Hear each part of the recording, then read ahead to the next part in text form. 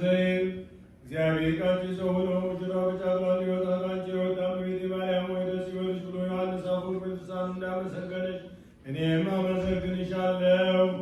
የጠፋ በግ አዳምን የፈለገው ባገኘው ጊዜ የተሸከመው እውነተኛ ሴት ጠባቂያችን ክርስቶስ ከአንቺ የተወለደ እመቤቴ ማርያም ሆይ ደስ ይበልሽ።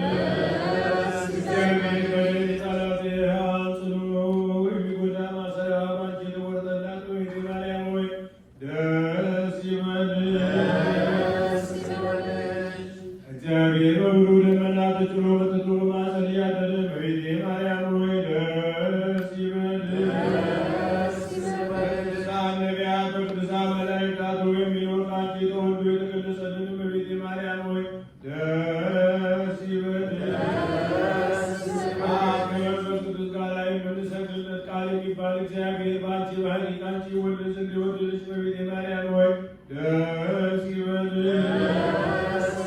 የለምንና ወንጌልን የማስተምርለት የጌታ እናቱ እመቤቴ ማርያም ሆይ ደስ ይበልሽ።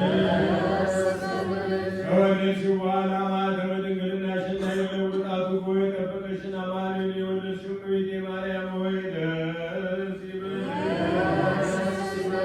ማኅተመ ድንግልናሽ ሳይለወጥ ክርስቶስን የወለድሽው እመቤቴ ማርያም ሆይ ደስ ይበልሽ። ማኅተመ ድንግልናሽ ሳይለወጥ ክርስቶስን የወለድሽው እመቤቴ ማርያም ሆይ ሰላምታ ይገባሻል። ልዩ መድኃኒታችንን በመውለድሽ እናትን አገልጋይን ተብለሻልና እግዚአብሔር ባሕርይሽን ባሕርይ አድርጎ ባለሟልነትን አግኝተሻልና እመቤቴ ማርያም ሆይ ሰላምታ ይገባሻል።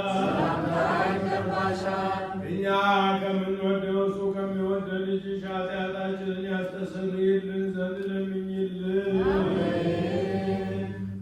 ልመናዋ ክብሯም ለዘላለሙ በእውነት ይደርብንና አምላክን የወለደች በድንጋሌ ሥጋ በድንጋሌ የጸናች ክብርት እመቤታችን ያደረገችው ተአምሪ ነው።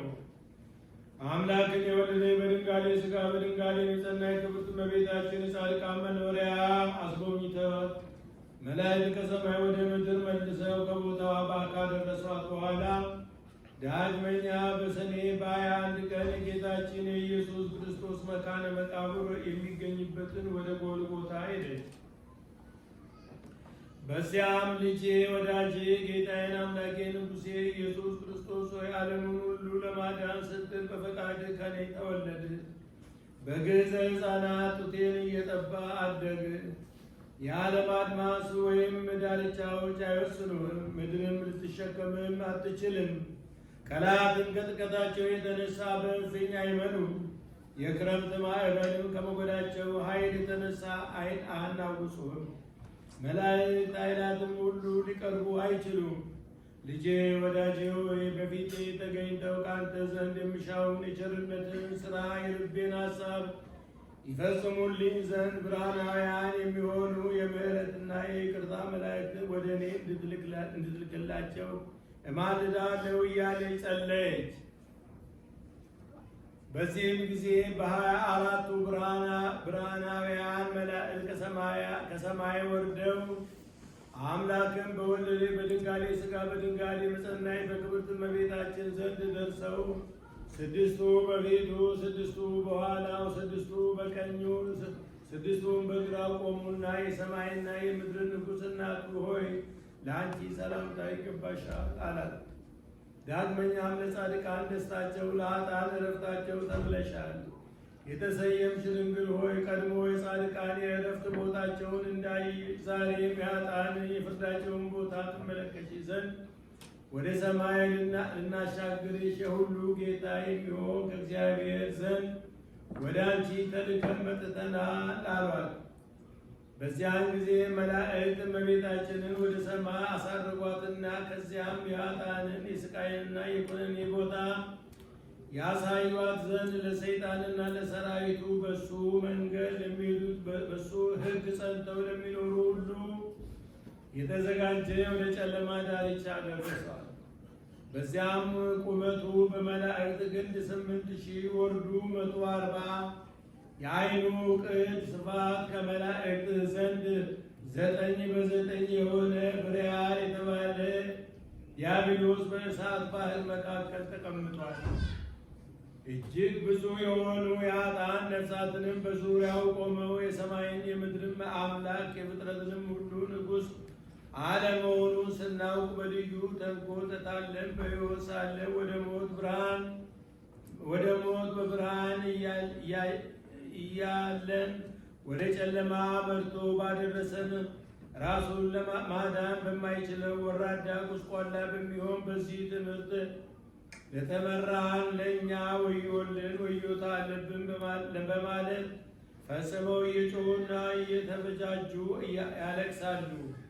ዳግመኛም ወደ ሌላ ቦታ ወስደዋት በዚያ አንገታቸው በእሳት ሰንሰለት ታስረው ከሲኦል የሚወጡ ሰዎች ተመለከተች። እነርሱም እያንዳንዳቸው በመዓልትም በሌሊትም ያለ እረፍት አንዱ ከሌላው እየተሽቀዳደሙ ይሮጣሉ። የሚያመልጡ የመሰላቸው ከምድር እስከ ሰማይ ዳርቻ ከምስራቅ እስከ ምዕራብ ከሰሜን እስከ ደቡብ ይሮጣሉ። ነገር ግን ለማምለጥ አይችሉም፣ በዚያም መውጫ ቀዳዳ የለምና።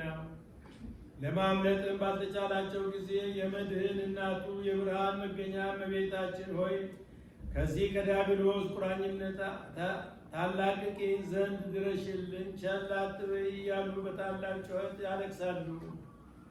በዚያም ጊዜ አምላክን የወለደ በድንጋሌ ሥጋ በድንጋሌ የጸናች ክብርት እመቤታችን ወዮላቸው፣ ወዮታ አለባቸው፣ ወደዚህም እንዳይመጡ ለሰው ልጆች ሁሉ ማን በነገራቸው እያለች አለቀሰች። መላእክትም ማርያም ሆይ እግዚአብሔር ከአንቺ ጋር ስለሆነና በአንቺም ካመኑ ሁሉ ጋር ስላለ አይዞሽ አትፍሪ አላት። ከዚያም በኋላ መላእክት በክንፋቸው ተሸክመው በታላቅ ክብር ወደ ቦታ አደረሷት። ልመናዋ ክብሯ ለዘላለም በእውነት በእኛ ላይ ይደርብን። በሰላም ያሳድረን፣ በሰላም ያውለን። የተባረከ የተቀደሰ ቀን ያድርግልን።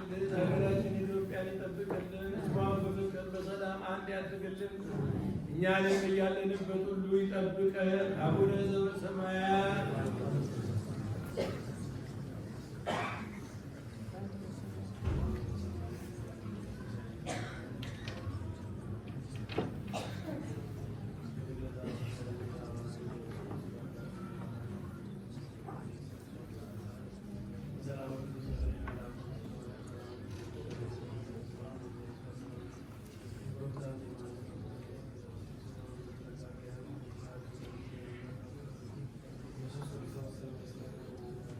አረፍ